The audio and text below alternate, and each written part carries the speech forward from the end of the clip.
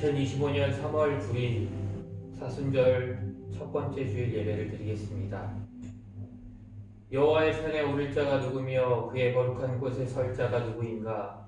그는 여호와 앞에 복을 받고 구원의 하나님께 의를 얻으리니 이는 여호와를 찾는 족속이요 야곱의 하나님의 얼굴을 구하는 자로다.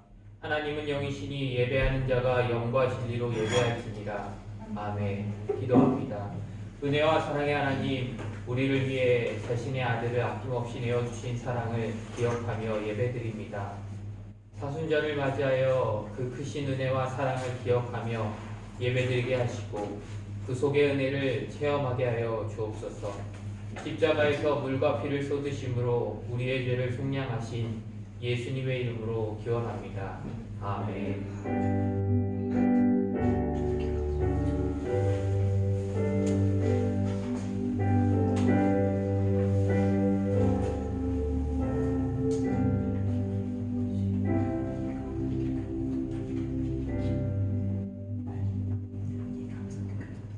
다 같이 주님의 사랑 찬양하시겠습니다.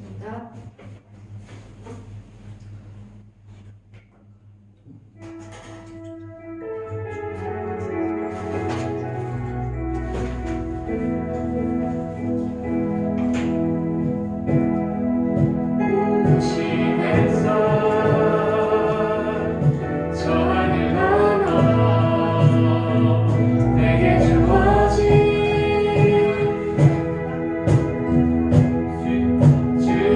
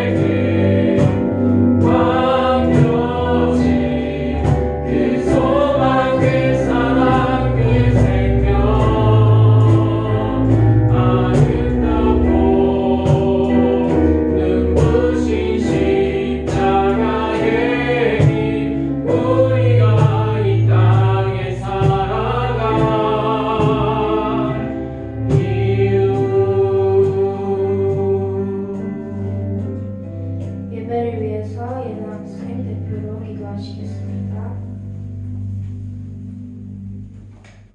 하나님 이번 한 주간 안전하게 지켜주셔서 감사합니다. 저번 한 주간 하나님 자녀로 살지 못했습니다. 이번 한 주간 하나님 자녀로 살기 말씀도 주시고 인도하여주세요.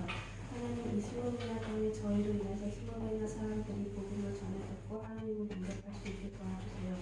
목사님 설교하실 때 잘 들어서 그 말씀으로 한 주간 하나님 전해 듣게 할 수 있게 도와주세요. 예수님의 이름으로 기도드립니다. 아멘.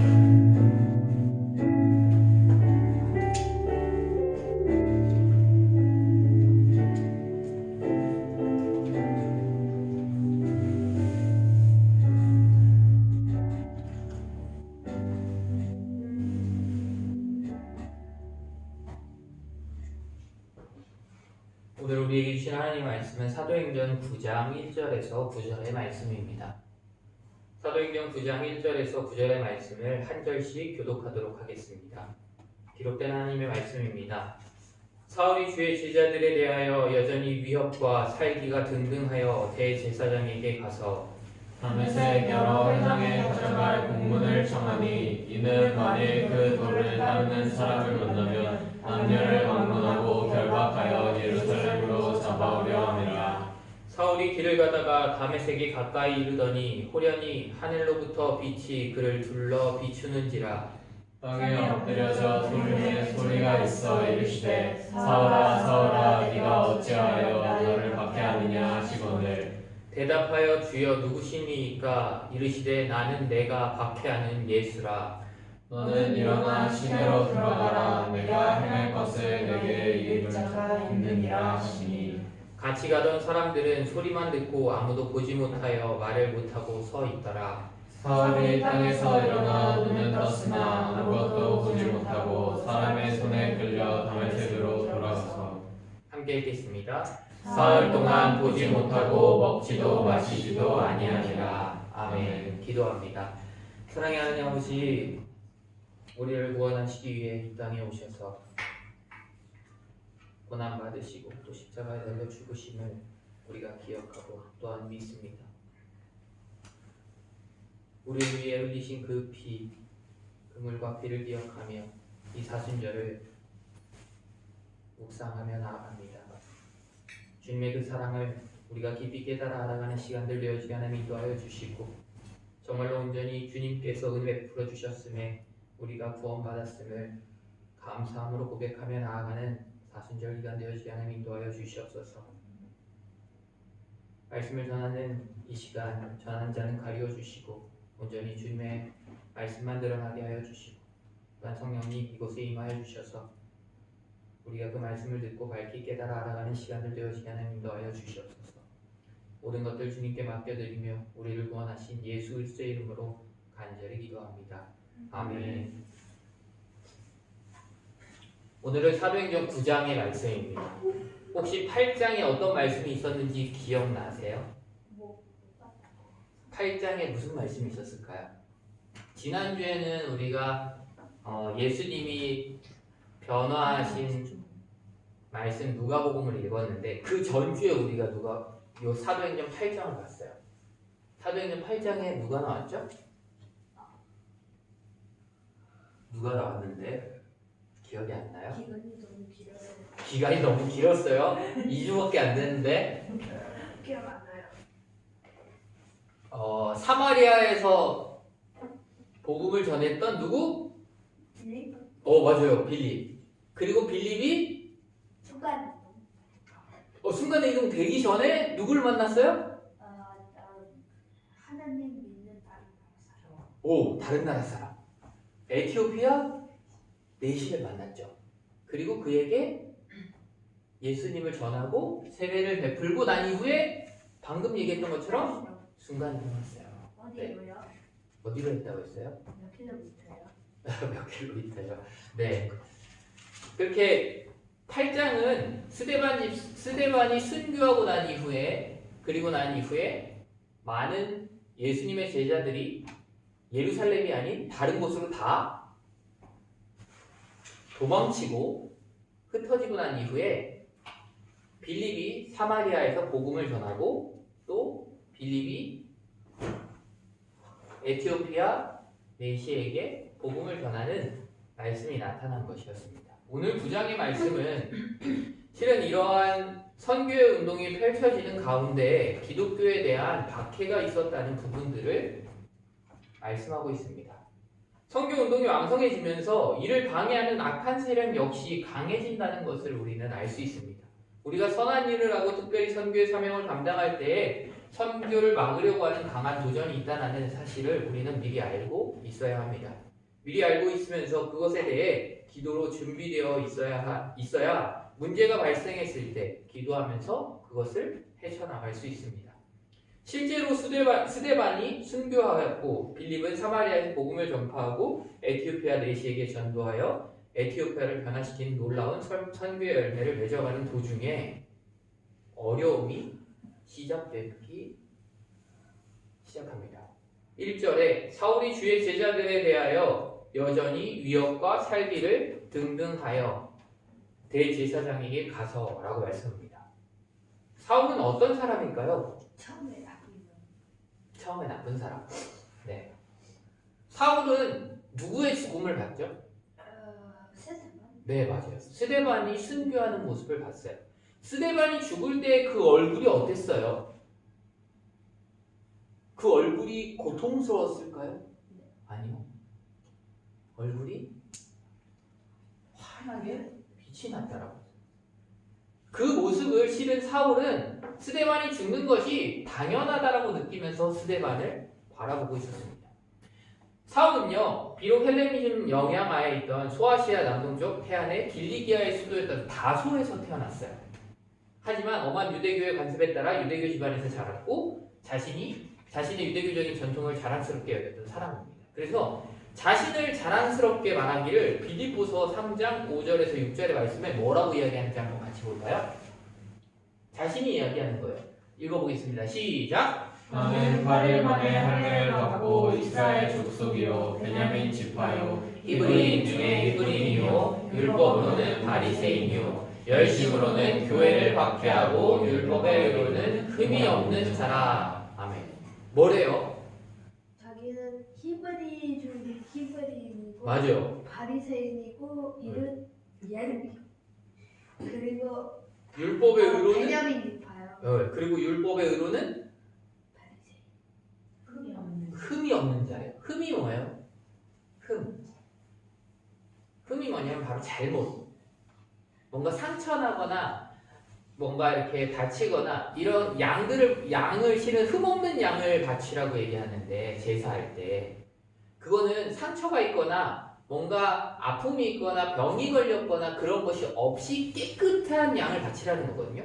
근데 여기서 자기를 지칭할 때 뭐라고 얘기해요? 율법의 의로는 흠이 없대요. 그 말은 율법을 다 지켰다고 자기 스스로 얘기하는 사람이 있다는 거예요. 사울. 자신을 그렇게 소개해요.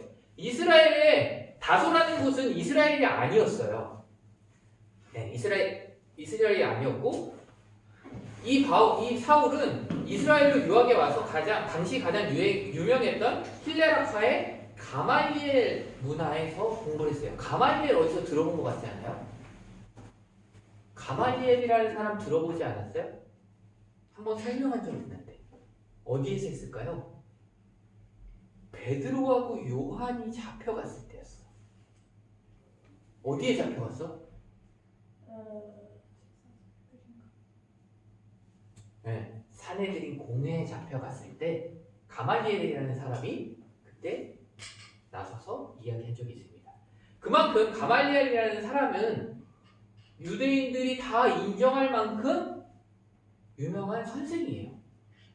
그래서 그 밑에서 공부를 했다라는 거예요. 유대교의 열심당원이었고 바리새파였으니 하나님을 지극히 잘 섬겼던 사람이 바로 사울이라는 겁니다. 이런 사울이 같은 하나님을 섬기는 주의 제자들, 여기 제자들은 어떤 제자를 얘기할까요? 하나님 제자. 아니에요. 주의 제자들. 지금 1절에서 말하는 주의 제자들. 맞아요. 예수님을 믿는 사람들을 이야기합니다. 주의 제자들이란 12제자만을 얘기하는 게 아니라 예수님을 믿고 있는 수많은 사람들을 얘기합니다. 그 사람들을 향해서 여전히 뭐가 있대요? 위협과 살기가 있었대요. 왜 위협과 살기가 있었을까요? 사울은 예수 믿는 사람들에게. 예수님을 안 믿으니까 예수님은 어떤 사람이라고 생각했을까요? 사울은 이상한 사람. 이상한 사람. 맞아요. 신성 모독죄를 짓고 십자가에 달려 죽은 범죄자라고 생각했던 거예요. 그러니 그 예수를, 그 범죄자를 믿고 있는 사람들을 어떻게 해야 돼요? 잡아야겠다라는 그런 마음을 가지고 살기를 가지고 있었다라는 겁니다.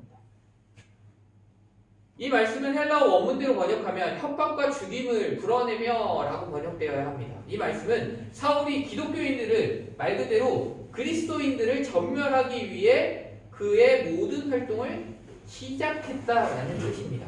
이때는 많은 성도들이 각처로 피신해 어디론가 흩어져서 피신해 있었기 때문에 예루살렘에는 누구만 있었어요? 누구만 남았다 그랬죠? 예루살렘에? 예수님을 믿는 사람들 제자가요. 아니야. 예루살렘에 남았던 사람들은 나쁜 사람. 예루살렘 교회를 변고히 하고자 해서 누가 남았어요? 대대사. 12명의 사도들이 남았죠.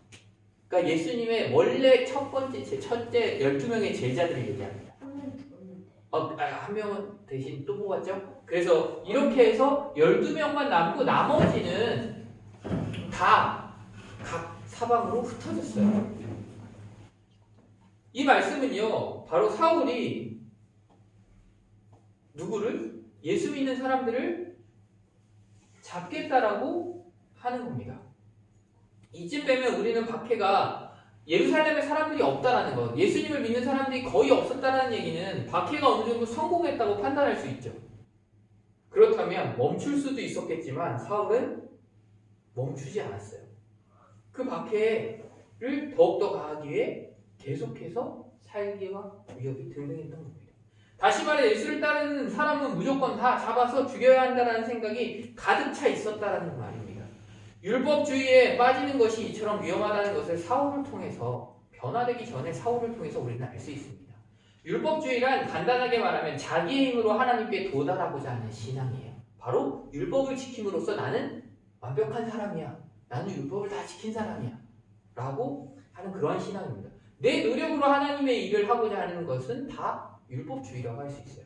반대로 복음주의라는 건 뭘까요? 주님의 힘에 의지해서 그 믿음대로 하나님께 가고자 하는 신앙을 말합니다.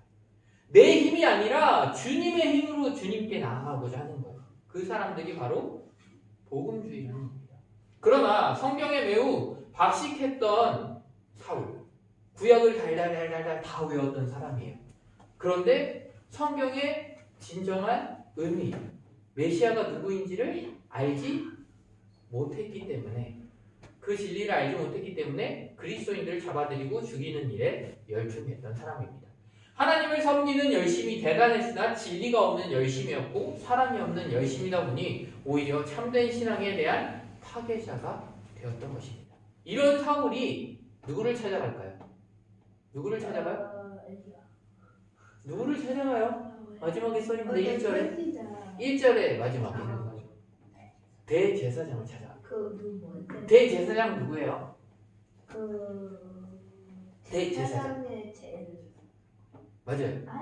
제사장 중에 왕은 아니고 제사장 중에 실은 제일 높은 사람으로서 하나님께 제사를 올리는 속죄제를 올리는 사람이었어요. 그러니까 그 유대교 안에서 가장 권위 있는 사람이죠. 그 사람을 누가 찾아갔어요? 사울이 찾아갔어요. 왜 찾아갔을까요? 한번 볼까요? 2절에 다메섹의 여러 회당에 가져갈 공문을 청하니 이는 만일 그 도를 따르는 사람을 만나면 남녀를 막론하고 결박하여 예루살렘으로 잡아오려 함이라 라고 말씀합니다. 어떻게 왜 찾아간 거예요? 제사장을 왜 찾아갔을까요? 대제사장을 찾아간 사울의 마음은 어떤 마음이었어요? 누구 잡으려? 누구를 잡으려? 예수님 믿는 주의 제자. 맞아요. 예수님을 믿는 사람들을 잡으려고 하는데 뭘 받아야 돼요? 공문이라고 돼 있어요. 공문은 병사? 공문이 뭐예요? 감사.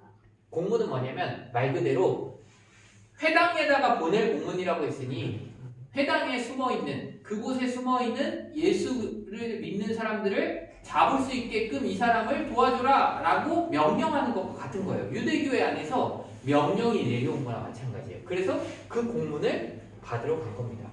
다메섹이 어디일까요? 다메섹은 거기 터키 어딘가? 터키는 아니고요. 다메섹은 현재 시리아고요. 시리아의 수도로서 영어로는 다마스커스, 아랍어로는 다마시크라고 부릅니다. 레바논 산맥 동쪽 해발 600m 고지의 평원에 위치하여 헐몬산이라고 해서 헤르몬 산맥에 헬번 산에 노아의 방주 흔적이 있습니다. 레바논 산맥 등 산면이 산으로 둘러싸여 있는 곳이에요. 지중해에서 약 100km 떨어져 있고 예루살렘에서부터는 약 240km 떨어져 있는데 지도를 한번 볼까요? 어디 있는지 한번 볼까요? 어디 있어요? 어디 뭐요? 다메섹. 다메섹. 다메섹 어디 있어요? 저기 보입니다. 보여요? 네. 네. 자 보면 유대 그 위는 뭐예요?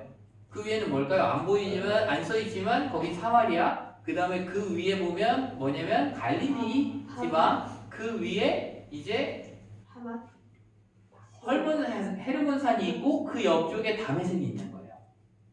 그러니까 다메섹으로 지금 예루살렘에 있는 사울이 대제사장으로부터 공문을 받아서 다메섹으로 멀겠다. 가려고 하는 거예요. 몇 킬로라고요? 240킬로였대요. 그때 그걸 건 거예요? 나타난 거예요? 거예요? 정확하게는 모르겠어요. 하지만 병사들을 데리고 갔겠죠. 혼자 가진 않았고 같이 이스라엘 그 예수님을 믿는 사람들을 잡으러 간 겁니다. 다메섹의 여러 회당에 갈 공문을 청하니 사울은 예수님을 따르는 사람들을 모조리 없애버리려는 운동의 선봉, 제일 앞에 앞장섰던 사람입니다. 대제사장을 찾아가서 여러 회당에 가서 예수님을 따르는 사람들을 잡을 공문, 즉 위임장 같은 증명서를 만들어 달라고 했던 거예요. 대제사장이 사울에게 증명서를 발급해 주었다는 것은 유대교에서 사울을 다 알고 있을 정도로 알려진 사람이었다는 거예요. 믿을 만한 사람이었다는 거예요. 그렇기 때문에 대제사장을 직접 만날 수 있고 그에게 공문을 줄 수 있었다는 겁니다. 이는 만일 그 도를 쫓는 사람을 만나면 이라고 했는데 도가 뭐예요? 그 도가 뭘까요 도대체? 이 도는요 뭐냐면 사도행전에서 바로 그리스도교를 헬라어로 호도스 곧 도라고 불렸어요. 바로 예수님을 따르는 사람들을 말합니다. 사울은 다메섹에 가서 예수님을 따르는 사람들을 남녀를 막론하고 가리지 않고 그리스도인들을 결박하여 어디로 잡아오겠다고 해요? 예루살렘으로 다시 잡아오겠다고 합니다. 그것을 위해 공문을 대제사장에게 청한 거예요.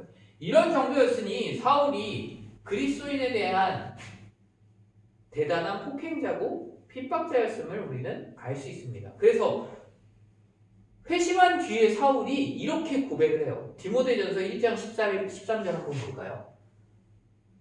같이 한번 읽어보겠습니다. 시작! 전에는 비방자요 박해자요 폭행자였으나 도리어 긍휼을 입은 것은 내가 믿지 아니할 때에 알지 못하고 행하였습니다. 라고 바울이 된 이후에 디모데전서에 기록합니다. 그리고 15절에도 기록하는데요. 뭐라고 했냐면 죄인 중에 내가 괴순이라 라고 고백합니다.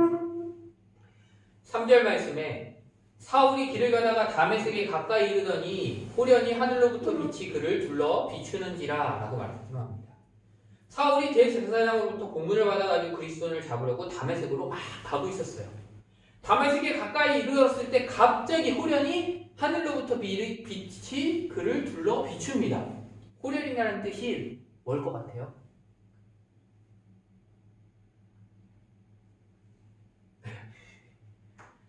뜻밖의 갑자기 나타나거나 사라지는 것을 이야기해요.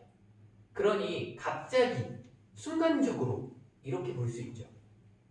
이는 예수님의 임재하신 영광을 말합니다. 빛이 비춘 거예요. 누구를? 사울과 함께 가던 사람들. 다메섹에 도착하면 어떻게 하려고 했어요? 사울은 그다 죽이려고. 예수 믿는 사람들을 다 잡아서 예루살렘으로 데리고 가려고 했어요. 그랬는데 그 직전에 예수님이 사울에게 나타나셨다는 거죠. 예수님 벌써 죽었지 않나요? 부활하셨잖아요. 부활하시고 승천하셨죠. 그 승천하신 예수님이 누구에게 지금 나타났다는 거예요? 사울에게. 근데 사울은 그 전에 제자 아니에요? 아니에요. 아직 사울은 제자가 안 됐어요. 사울에게 나타나게 된 겁니다. 이처럼 빛 가운데 하나님의 아들 예수 그리스도께서 임하심은 진노의 표현이라기보다는 사울을 부르시기 위함이었습니다. 바로 사도로 다시 세우기 위함이었어요.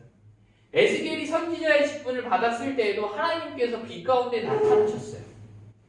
중요한 사실은 사울이 기도하면서 예수님이 진정 하나님의 아들이신지를 알고자 애쓰는 가운데 하나님께서 예수님의 아들이 임하신 것이 아니라 일방적으로 사울이 구하지 않았는데 갑자기 예수님이 임하시게 된 것입니다. 그것은 바로 완전한 하나님의 은혜였다는 거예요.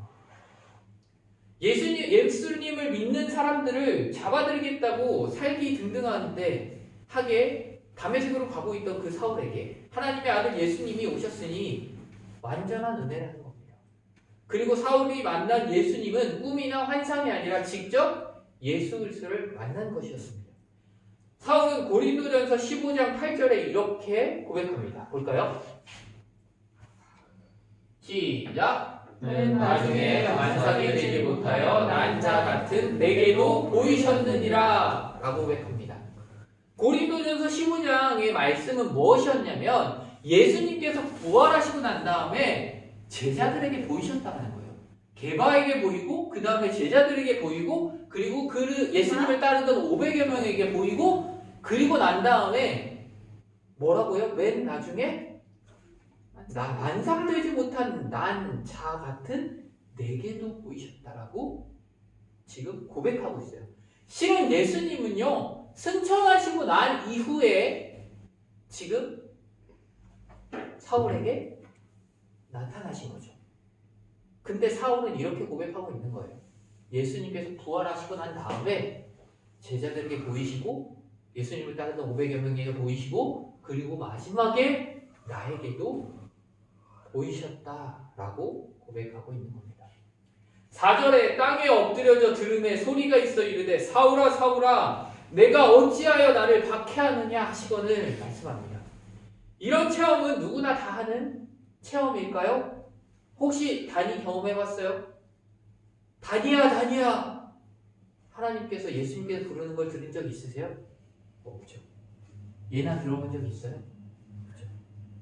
사울은 이러한 체험을 했지만 우리는 하지 못했고 한 사람도 있습니다. 하지만 대부분의 사람들이 이러한 체험을 직접적으로 하지는 못했습니다. 그러나 우리는 사울이 한 이 체험을 말씀으로 듣고 읽고 묵상하여 지금 우리는 어떻게 해요? 이 말씀을 듣죠. 말씀을 들어요. 듣기만 하나요? 믿어요. 믿죠. 우리는 직접 체험하지 못했지만 사울에게 나타난 예수님을 우리는 믿습니다. 따라서 이 믿음으로 인해 비록 우리가 체험은 못했으나 사울이 받은 은혜에 동참한 것이라는 거예요. 이게 무슨 말일까요? 이 놀라운 체험으로 인해 사울이 바로 누구로 바뀌었을까요? 사울이 누구로 바뀌었어요? 네, 바울로 바뀌게 돼요. 이 은혜에 동참한 우리 역시도 옛사람은 죽고 새 사람으로 바뀌어야 한다는 말입니다. 그러니 사울이 겪었던 놀라운 이 체험을 하나님께서 성경에 기록하게 하신 이유가 다 우리를 위해서라는 것을 알아야 합니다. 땅에 엎드려져 들음에 이때의 사울의 심령은 너무나도 강팍하였고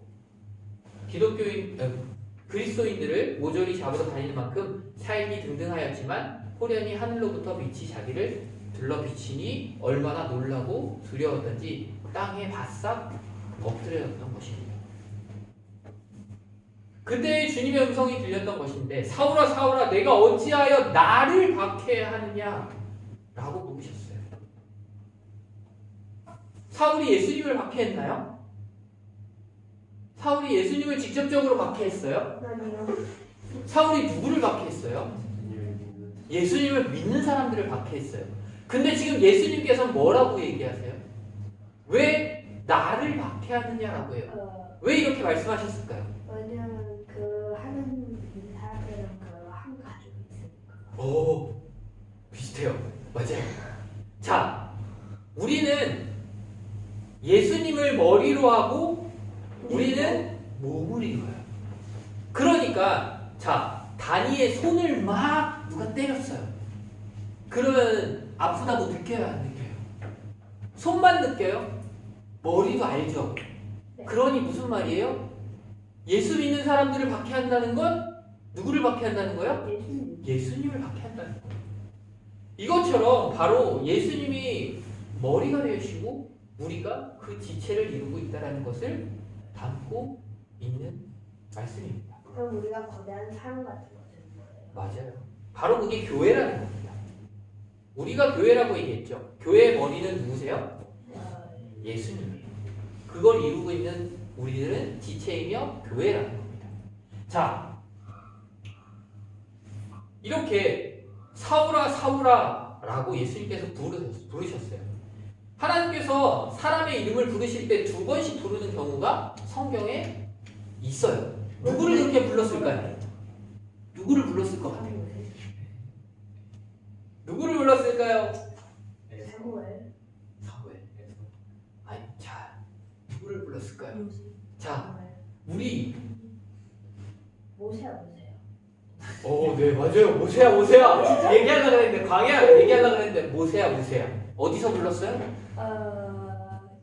그 모세를 찾아다녔어요. 아니요. 뭐가 불타고 있을 때? 그 나무가. 가시떨기 나무가 불타고 있을 때. 근데 안 탔어요. 모세야. 불렀어요. 그리고 또 불렀어요. 누구를 불렀냐면, 믿음의 조상. 아브라함. 맞아요. 아브라함아. 이렇게 2번씩 부를 때가 있었어요. 그때가 언제냐면 바로 아브라함이 이삭을 제물로 삼아 칼로 내려치려는 순간 하나님이 아브라함아 다급히 부르셨습니다. 모세가요 이스라엘 백성을 구원하고자 해서 기도했을 때 하나님께서 부르셨을까요? 아니에요. 미디안 광야에서 그냥 살면서 양 치고 있을 때 그러고 있을 때 하나님께서는 가시떨기 나무에 불을 붙이시고 그러고 나서 모세를 2번 부르십니다. 바로 이스라엘 백성들을 구원해야 하는 것을 잊고 있었을 때 바로 모세를 일깨우시려고 부르셨어요. 지금 사울도 예수 믿는 사람들을 모조리 잡아가겠다고 살기 등등할 때 예수님께서 사울아 라고 부르신 것, 이것은 바로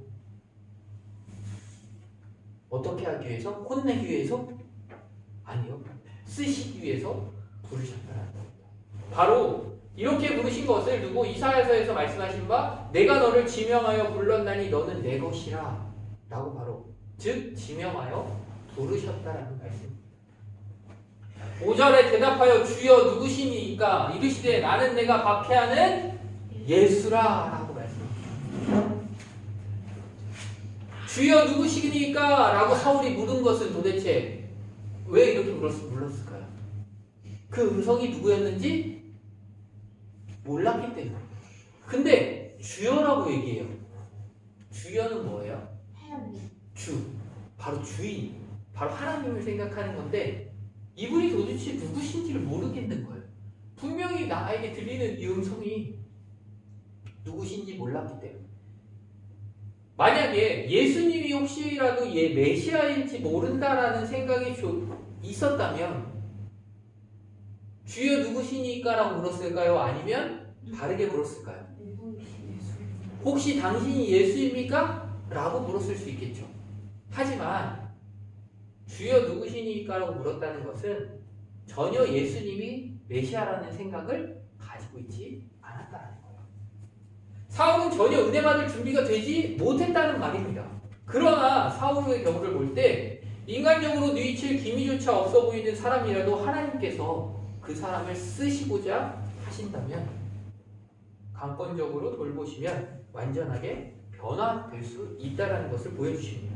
사람들은 인간적인 준비, 즉 노력에 관심을 기울입니다. 내가 준비되어야지만 쓰일 수 있어, 내가 준비되어야지만 뭔가를 할 수 있을 거야 라고 생각하지만 그보다는요, 하나님의 직접적인 간섭이 계시기를 두고 또한 기도해야, 내 생각대로 모든 것이 이루어지는 것이 아니라 하나님의 계획하신 가운데 나를 이끌어 가신다는 거예요. 예수님께서 직접 말씀하시기를 나는 내가 박해하는 예수라라고 말씀하셨습니다. 여기서 예수라라고만 기록했지만 22장 8절에는요, 사도행전 22장 8절에는요 같은 부분을 다르게 기록했는데 한번 볼까요? 읽어보겠습니다. 시작! 내가 대답하되 주님 누구시니까 하니 이르시되 나는 내가 박해하는 나사렛 예수라 하시더라. 아멘. 뭐가 달라요? 뭐가 생겼어요? 나사렛이라는 게 생겼어요. 나는 내가 박해하는 나사렛 예수라 하시더라 라고 했어요. 예수님이요 십자가에 달리실 때 뭐라고 했어요 사람들이? 예수님을 부를 때 자칭 하나님의 아들 나사렛 예수라는 말을 자주 썼어요. 나사렛 예수라고 지칭을 많이 했어요. 이건 뭐냐면요, 나사렛이라는 작은 동네에서 메시아가 날 수 없다라고 얘기하는 거예요. 그렇기 때문에 결국에 뭐냐면 무시하는 뜻입니다. 나는 내가 핍박하면서 박해하면서 무시하던 예수다라고 지금 예수님께서 말씀하신 겁니다. 6절에 너는 일어나 시내로 들어가라. 내가 행할 것을 내게 이르를 자가 있느니라 하시니 라고 말씀합니다. 예수님께서 자신을 밝히고 난 다음에 뭐라고 하셔요? 너는 일어나 어떻게 해요? 네, 다메섹 시내로 들어가라고 해요. 그러면 내가 행할 것을 내게 이를 자가 있다라고 말씀하십니다. 그게 누군데요? 그게 누군지는 다음에 나오는데 엘리야 아니에요. 여기에는 아주 중요한 기록이 빠져 있어요. 근데 이 사도행전 22장 10절에는요 기록되어져 있는 게 있습니다. 하나만 넘겨주시겠어요? 같이 한번 읽어보겠습니다. 시작! 내가 이르되 주님 무엇을 하리이까? 주께서 이르시되 일어나 다메섹으로 들어가라. 내가 해야 할 모든 것을 거기서 누가 이르리라 하시거늘. 아멘. 뭐래요? 없던 게 뭐였어요? 지금 분명히 9장 6절에는 없는 말씀이 22장 10절에는 있다고 했는데 뭐예요? 몰라요. 9장 6절에는 예수님의 말씀만 있어요. 너는 일어나 시내로 들어가라 부터 시작해요. 근데 내가 이르되 하면서 뭐라고 해요? 주님 무엇을 하리이까? 라고 사울이 먼저 예수님께 묻습니다. 사울은 말씀하신 분이 나사렛 예수이신지를 알고 난 후에 내가 가로되 주여 무엇을 하리이까? 예수님 메시아이심을 깨달았다는 거예요. 그분이 주님이시라는 걸 깨달았기 때문에 내가 무엇을 하리이까? 라고 물었다는 거예요. 그래서 이제부터 무엇으로 주님께 순종해야 하는지를 물었더니 주님께서 내가 일어나 시내로 들어가라. 즉 다메섹 시내로 들어가라라고 말했어요. 그 다음 내가 해야 할 모든 것을 거기서 누가 이르리라 알려줄 거라고 말씀하는 거예요. 누군지도 모르는 사람, 그 사람이 누구냐면 바로 아나니아예요. 아나니아라는 전혀 알지 못했던 사람을 통해 주님의 뜻을 사울은 듣게 됩니다. 사울은 예수님의 뜻을 알게 됩니다. 처음부터 예수님께서 만약에 무엇을 하라고 알려주셨으면 어땠을까요? 누구를 기다리거나 그럴 필요 없이 그것을 따라 순종했으면 됐을 것 같아요. 편했을 것 같아요. 근데 예수님께서는 그렇게 하지 않으셨어요. 왜 그러셨을까요? 왜 그랬을 것 같아요? 예수님이 그냥 바로 명령하셨어도 될 것 같은데 그냥 예수님의 뜻 같은 거. 예수님의 뜻이었는데 바로 그냥 얘기해 주시면 될 건데 왜 그렇게 안 했을까요? 실은 어떻게 보면 사울이 지금 예수님을 믿기로 준비되어져서 막 이랬던 사람이었어요? 아니었죠. 그런데 갑작스러운 예수님의 만남을 통해서 예수님을 믿게 됐어요. 그런데 예수님이 사울에게 바로 너는 사도가 되라, 나를 전해라 라고 그냥 명령하셨다면 어떻게 보면 나는 예수님으로 직접 명령을 들은 자 라고 생각해서 교만했을 수도 있다라는 거예요. 사울은 아직 준비되지 않았고 그런 사람이었기 때문에 잘못하면 교만해질 수 있었다라는 겁니다. 그래서 사울은 이러한 은혜를 겪고 아나니아를 통해서 세례를 받고 보이지 않던 눈이 다시 보이게 되고 그렇게 큰 은혜를 받았음에도 그 후에 3년 동안 아라비아에서 기도로 준비하는 기간을 가져야 했습니다. 그렇게 했는데도 복음을 전할 때마다 결과가 마냥 좋았던 것만은 아니어서 또다시 돌아와 주님의 뜻을 구하였습니다. 우리들도 마찬가지입니다. 주님께 은혜를 받았고 주님의 뜻을 깨달았다고 해서 우리가 하는 일마다 주님이 기뻐하시는 일일까요? 주님이 원하시는 뜻일까요? 혹은 우리가 전하는 대로 사람들이 다 믿고 따라올까요? 그렇지 않죠. 우리가 분명히 예수님을 믿고 우리가 변화되었다라고 생각하면서도 그 뜻이 분명히 주님의 뜻임을 알고 예수 그리스도를 전했는데도 즉시 사람이 변하지 않는 모습들을 봅니다. 따라서 우리가 어떻게 살 때, 우리가 살아갈 때 주님께서 기뻐하실지를 끊임없이 기도하고 어떻게 할 때 주님께서 기뻐하실지를 끊임없이 기도하고 나 자신을 낮추고 내 안에 사시는 그리스도를 드러내고 늘 겸손해지기를 힘써야 합니다. 7절 말씀에 같이 가던 사람들은 소리만 듣고 아무도 보지 못하여 말을 못하고 서 있더라 라고 말씀합니다. 22장 9절에 또 이 부분이 같이 나오는데 한번 볼까요? 같이 읽겠습니다. 시작! 나와 함께 있는 사람들이 빛은 보면서도 나에게 말씀하시는 이의 소리는 듣지 못하더라. 아멘. 7절에는 같이 가던 사람들은 소리만 듣고 아무도 보지 못하여 말을 못하고 서 있더라 라고 기록했고요. 22장 9절에는 나와 함께 있는 사람들이 빛은 보면서도 나에게 말씀하시는 이의 소리는 듣지 못하더라 라고 말씀해요. 뭐가 달라요? 사울과 같이 있던 사람들 처음에는 소리만 듣고 라고 했고 두 번째는 22장 9절에는 뭐라고요? 네, 빛을 보았다고 얘기해요. 그러니까 함께 가던 사람들은 이 빛을 보았으나 주님의 소리는 듣지 못하더라고 22장 9절에는 말씀합니다. 근데 7절에 같이 가던 사람들은 소리만 듣고라고 얘기해요. 그러니 사울과 함께 다메섹으로 갔던 사람들은 호련에 나타난 빛을 보았고 실은 어떤 소리인지는 모르지만 소리도 들었다라는 거예요. 그런데 아무도 보지 못하여 라고 했다라는 것은 말씀하시는 빛은 보았지만 말씀하시는 누굴 못 봤어요? 네, 예수님을 보지는 못했다라는 겁니다.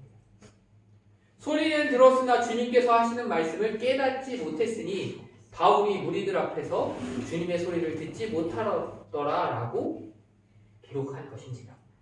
자, 예수님께서 그런 적이 있죠. 비유를 통해서 말씀하셨을 때 모든 사람들이 그 비유를 통해서 그 말씀을 깨달았나요? 아니요. 네. 모든 사람이 깨닫지 않았죠. 그러니 똑같은 상황이에요. 예수님이 얘기했지만 사울은 들었어요. 그 말씀이 정확히 무엇인지. 하지만 같이 있던 사람들은 그 말씀에 소리는 들었지만 그 말씀이 무엇인지 몰랐다는 겁니다. 바로 그 소리의 의미를 알지 못했다는 의미입니다. 바울은 주님의 음성인 줄 깨닫고 어떻게 해야 하느냐라고 물었지만 함께 간 사람들은 깨닫지 못하니 어떻게 행동해야 할지를 몰라 그냥 서 있기만 했던 것입니다. 8절에 사울이 땅에서 일어나 눈을 떴으나 아무것도 보지 못하고 사람의 손에 이끌려 다메섹으로 들어가서라고 말씀합니다. 사울이 주님이 임하시는 영광스러운 빛을 보고는 땅에 엎드렸고 주님의 음성을 듣고 그리고 예수님을 보고 난 이후에 이제 일어나 눈을 떴는데 어때요 눈이? 분명히 눈을 떴는데 아무것도 안 보이는 거예요. 다니야. 좀 여기 안 보시면 고개 안 주면 돼. 다니야, 눈 감아봐. 눈 감아봐. 뭐가 보여? 눈 감아보라니까. 뭐가 보여? 검은색 안개 같은 거. 아무것도 안 보이지. 근데 눈을 뜨면 눈을 떠봐. 그럼 뭐가 보여? 다 보여요. 다 보이지. 근데 사울은 이때 눈을 떴는데 아무것도 보이지 않았다라고 말씀합니다.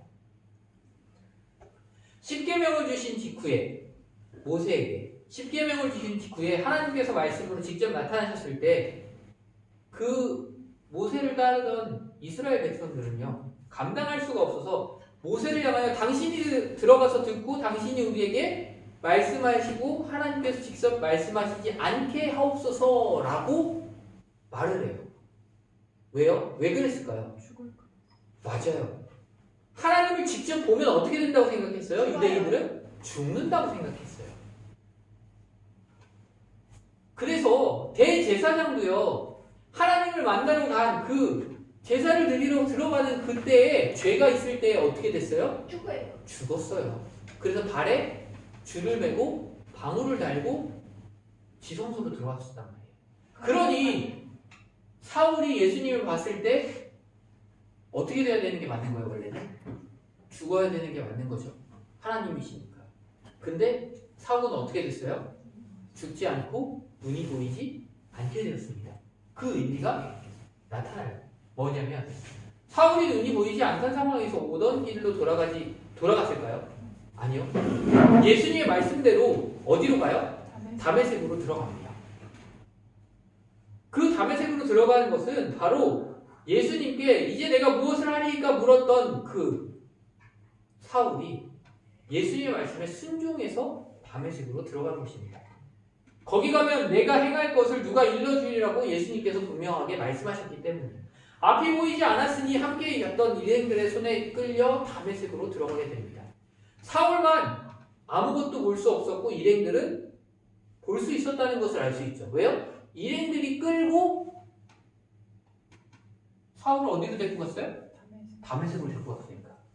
분명히 일행들도 빛을 봤는데 일행들은 왜 눈이 괜찮았어요?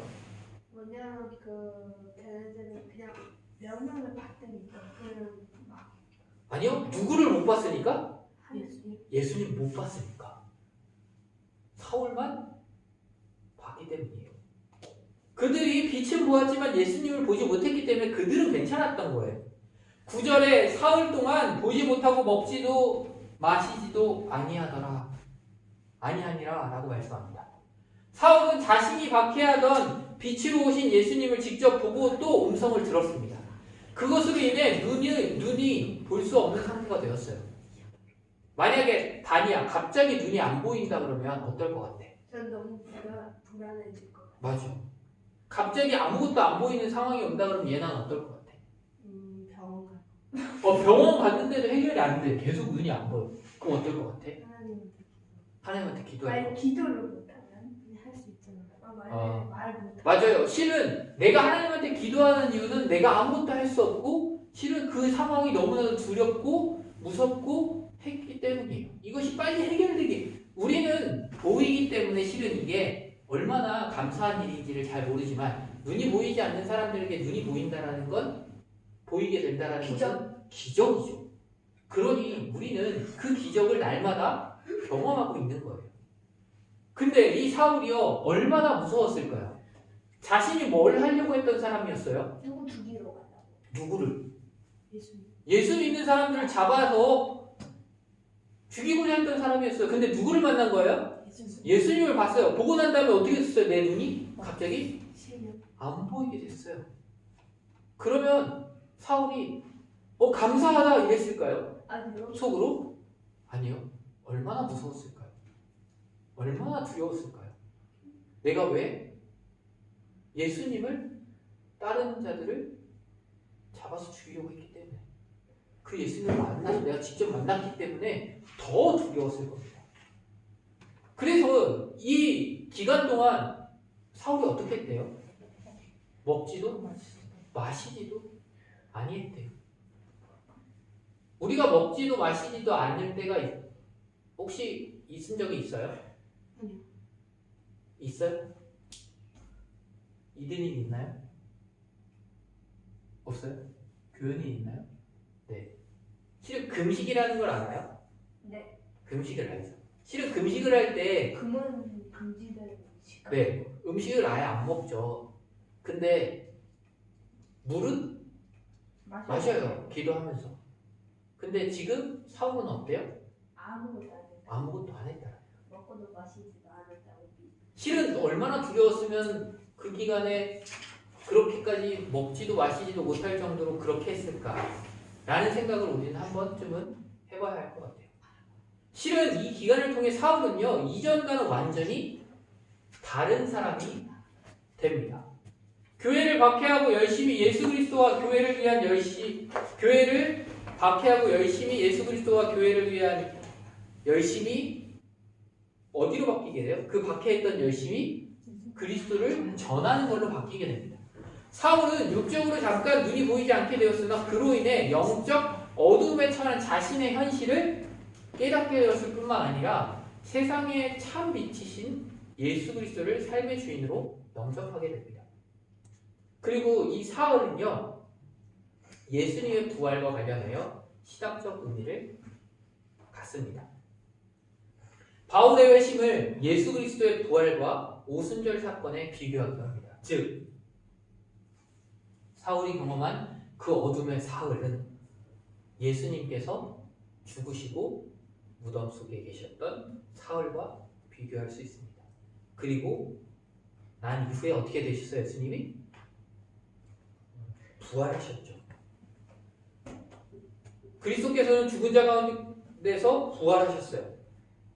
그러면 사울은 그 사울 뒤에 어떻게 되었냐면 죄와 사망의 죽음 가운데서 일어나 그리스도와 연합함을 의미하는 무엇을 받게 되냐면 세례를 받게 됩니다. 세례의 의미가 뭐라고 했어요? 다시 태어남이에요. 죽었다가 다시 태어남이라는 겁니다. 그리고 난 이후에 성령 충만하게 되는데요. 이것이 바로 사울에게 있어서 오순절 사건이었다는 겁니다. 오순절에 성령님이 어떻게 오셨어요? 성령님이 불의 같이 오셔서 갑자기 제자들이 어떻게 했어요? 막 다른 나라 말로 말하기 시작했죠. 그건 기적 아니에요? 맞아요. 그것을 오순절에 마가의 다락방에서 겪었던 제자들이 겪었던 그것을 사울은 이 사흘이 지난 다음에 눈이 보이지 않던 사흘이 지난 다음에 세례를 받고 난 이후에 그것을 경험하게 된 것입니다. 사울은 보지 못하는 사흘 동안 바로 뭘 했어요? 기도, 공식. 네, 기도했다라고 말씀합니다. 뒤쪽에서 바로 회개했던 것. 내가 예수 믿는 사람들을 박해했던 것, 그 예수님이 메시아라는 걸 내가 몰랐다는 것에 대해서 회개했다라는 것입니다. 그래서 먹지도 마시지도 않았던 것입니다. 그리고 이 기간 동안 성령님께서 그의 마음과 생각 그리고 영혼에 그리스도를 깨달을 수 있는 은혜를 주셨습니다. 그가 보지 못하는 이 시간이 바로 그에게는 그리스도의 사랑과 은혜의 빛이 비춰지는 시간이었습니다. 말씀을 정리합니다. 신구약을 통틀어서 성경을 가장 많이 기록한 사람이 누구예요? 바울? 네, 맞아요. 바울 아니에요? 오늘의 주인공 사울이 결국 바울로 변해서 많은 성경의 기록을 남깁니다. 사울은 즉 바울은 기독교 역사에서 가장 탁월한 인물 중에 한 명입니다. 그리고 사울의 회심은 개인의 회개라는 차원을 넘어서 오순절 이후의 기독교 역사상 가장 중요한 사건들 가운데 하나의 의미를 가집니다. 다시 말하면 교회사 전체에서 오순절 다음 가는 중요한 사건이라고 말할 수 있다는 거예요. 사울은 하나님의 교회가 어디? 팔레스타인 영역을 벗어나 어디로? 이방인의 나라 세계로 뻗어나가는 데 있어서 하나님께서 택하신 사람이었습니다. 열렬한 바리새인이었고 사울은 부활하신 주님을 만남으로 말미암아 구원은 오직 하나님의 은혜와 믿음을 통해 베풀어진다는 참된 진리를 바로 깨닫고 이로 인하여 교회는 유대주의에서 완전하게 벗어나게 됩니다. 우리가 받은 구원 또한 주님의 전적인 은혜입니다. 사울은 예수님께서 직접 나타나셔서 말씀하셔서 그를 구원하셨지만 우리 또한 우리가 받은 예수님을 믿는다라고 고백하는 것 또한 주님의 전적인 은혜라는 것입니다. 우리가 무엇을 잘해서 우리가 무엇을 올바르게 행해서가 아니라 그냥 주님께서 우리를 구원해 주셨기 때문에 우리가 구원받을 수 있었다는 겁니다. 사울이 박해하던 예수님을 직접 만난 것처럼 우리도 인격적으로 예수님을 직접 만나기를 소망합니다. 그리고 나를 위해 살았던 옛사람을 버리고 오직 그리스도만을 위해 사는 우리 여러분들이 되기를 소망합니다. 예수님을 예나는 믿어요? 다니는 예수님을 믿어요? 예수님이 나의 죄를 사해 십자가에 달려 죽으셨다가 부활하신 걸 다니는 믿어요? 네. 그러면 그 예수님을 인격적으로 정말 만날 수 있기를 목사님은 기도하겠습니다. 그래서 예나의 삶과 바니의 삶 그리고 여기에 있는 모든 분들의 삶이 예수님이 이끌어가는 삶이 되기를 예수님만 드러나는 삶이 되기를 간절히 소망합니다. 죽을 수밖에 없는 죄인인 우리를 구원하여 주시고 은혜를 베풀어 주셨음을 기억하며 감사하며 주님이 기뻐하시는 복음을 전하며 나아가는 귀한 성도님들 되시기를 간절히 축원합니다. 기도하겠습니다. 사랑의 하나님 아버지, 죽을 수밖에 없는 우리를 구원하여 주심 감사합니다. 구원은 전적인 하나님의 주님의 은혜임을 고백합니다. 우리가 온전히 주님을 인격적으로 만나고 나를 위해 사는 것이 아니라 오직 그리스도를 위해 살아가게 하여 주시옵소서. 옛사람은 죽고 새사람으로 오직 주님께서 기뻐하시는 삶을 이루어가게 하여 주시옵소서. 그리고 우리가 먼저 받은 은혜를 아직 주님을 모르는 사람들에게 전하며 그들 또한 주님을 깨닫고 주님께 나오는 역사가 있게 하여 주시옵소서. 모든 것 주님께 맡겨드리며 우리를 구원하신 예수 그리스도의 이름으로 간절히 기도합니다. 아멘. 말씀을 생각하시면서 찬송가 289장을 찬양하겠습니다.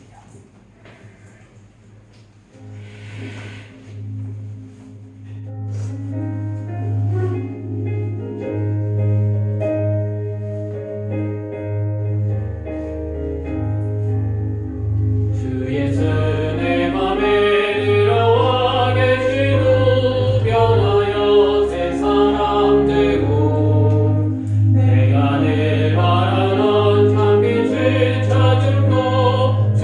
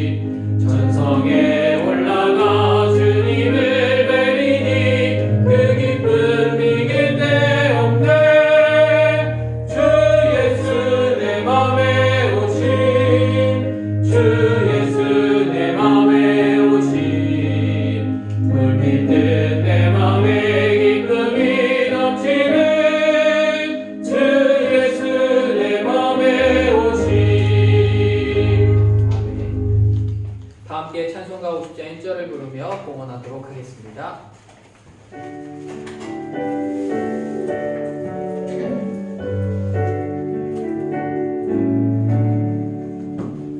내게 있는 모든 것을 아낌없이 드리네. 사랑하고 의지하며 주만 따라 살리라.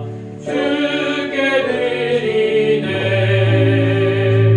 주께 드리네. 사랑하는 구주 앞에 모두 드리네. 아멘. 기도합니다. 사랑의 하나님 아버지, 죽을 수밖에 없는 죄인이 우리를 구원하여 주신 너무나도 감사합니다. 우리를 위하여 독생자 예수 그리스도를 이 땅에 보내주시고 그 모진 고난과 고통 가운데 십자가에 달려 피 흘려 죽으시고 부활하게 하심을, 우리가 함께 하심을 감사드립니다. 우리가 이 기간, 이 사순절의 기간 동안 주님의 그 사랑을 다시 한번 깨닫고 주님의 그 고난을 묵상하며 나아가게 하여 주시옵소서. 우리의 삶 가운데 우리의 즐거움을 채우기 위함이 아니라 오직 그리스도의 기쁨을 나타내기 위해 살아갈 수 있게 하는 인도하여 주시옵소서. 우리가 드린 예물 가운데 주님 함께하여 주시고 온전히 예물이 주님을 알리고 주님을 전하는 데 사람 되시게 하는 인도하여 주시옵소서. 또한 예물을 드린 손길들 가운데 주님 함께하여 주시고 주님이 주신 그 은혜에 감사하며 온전히 그 은혜를 누리고 예수 그리스도를 드러내며 온전히 주님을 인격적으로 만나 주님이 주시는 평안을 누리고 살아갈 수 있게 하나님 인도하여 주시옵소서. 모든 것들 주님께 맡겨드리며 우리를 구원하신 예수 그리스도의 이름으로 간절히 기도합니다. 아멘. 옆에 분들과 인사하도록 하겠습니다. 주님의 은혜와 평안이 가득하길 기도합니다. 주님의 은혜와 평안이 가득하길 기도합니다. 사순절 기간 동안 예수님의 사랑과 고난을 묵상하는 기간이 되기를. 다니야? 사순절 기간에 뭘 하면 된다고? 사춘절은 예수님이 십자가에 못 박히기 전 사실을 그거를 어떻게 하라고? 사순절 기간 동안에 잘 주님의 그 사랑을 기억하고 주님의 그 고난을 묵상하면 좋겠습니다. 제가 잠시 정기검진 때문에 한국을 갑니다. 근데 지금 갑작스럽게 또 비행기가 캔슬이 났어요. 내일 출발하는 비행기인데 캔슬이 났고요. 그래서 일단은 이번 주 중에 검진이 잡혀있기 때문에 가긴 가는데 잘 다녀올 수 있도록 기도해 주시면 감사하겠습니다. 기도하고 제가 축도하고 예배를 마치도록 하겠습니다. 이제는 우리 구주 예수 그리스도의 은혜와 하나님 아버지의 놀라우신 사랑과 성령님의 교통하시고 역사하심이 구원받았음이 전적으로 주님의 은혜임에 감사하고 오직 그리스도를 위해 살아가며 주님께서 기뻐하시는 삶을 이루어가기를 다짐하고 결단하는 성도님들 위해 저들의 삶 속에, 가정 속에, 자녀들과 교회 위에, 그리고 이 슬로베니아 땅에 이제로부터 영원토록 함께 하시기를 간절히 축원하옵나이다. 아멘.